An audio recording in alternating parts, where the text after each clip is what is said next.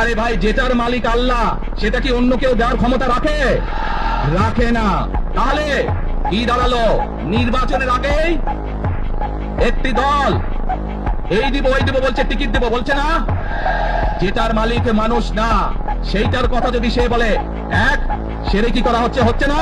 এখন আমাকে বলেন, আপনি তো ওমরা হজ করেছেন, মাইকের সামনে দাঁড়ান, আপনি কাবা শরীফে গেছেন, কাবা শরীফের মালিককে? আল্লাহ। জোরে বলেন আল্লাহ। কাবা শরীফের মালিককে? আল্লাহ। আল্লাহ। আমরা মুসলমান সবাই এই দিন দুনিয়ার আমরা যাই পৃথিবী রেখে, পৃথিবীর মালিককে? আল্লাহ। এই নক্ষত্র যা দেখি তার মালিককে? আল্লাহ। বেহেশতের মালিককে? আল্লাহ। দোজখের মালিককে? আল্লাহ। আপনারা সকলেই সাক্ষী দিলেন, দোজখের মালিক আল্লাহ, বেহেশতের মালিক আল্লাহ, এই পৃথিবীর মালিক আল্লাহ, কাবার মালিক আল্লাহ। আরে ভাই, যেটার মালিক আল্লাহ সেটা কি অন্য কেউ দেওয়ার ক্ষমতা রাখে?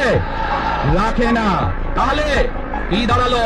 নির্বাচনের আগেই একটি দল এই দিব ওই দিব বলছে, টিকিট দেব বলছে না। যেটার মালিক মানুষ না, সেইটার কথা যদি সে বলে এক, সেরে কি করা হচ্ছে? হচ্ছে না। যার মালিক আল্লাহ, যার অধিকার শুধু আল্লাহর একমাত্র, সবকিছুর অধিকার উপরে আল্লাহর অধিকার। কাজেই আগেই তো আপনাদেরকে ঠকাচ্ছে, নির্বাচনের ফলে তাহলে কেমন ঠকাবে আপনাদেরকে বোঝে নেবা। শুধু ঠকাচ্ছেই না মানুষকে, যারা মুসলমান তাদেরকে শিরকি করাচ্ছে তারা।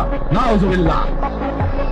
প্রিয় ভাই বোনেরা, কেউ কেউ বলে অমুককে দেখেছে, অমুককে দেখেছে, এবার একে দেখেন।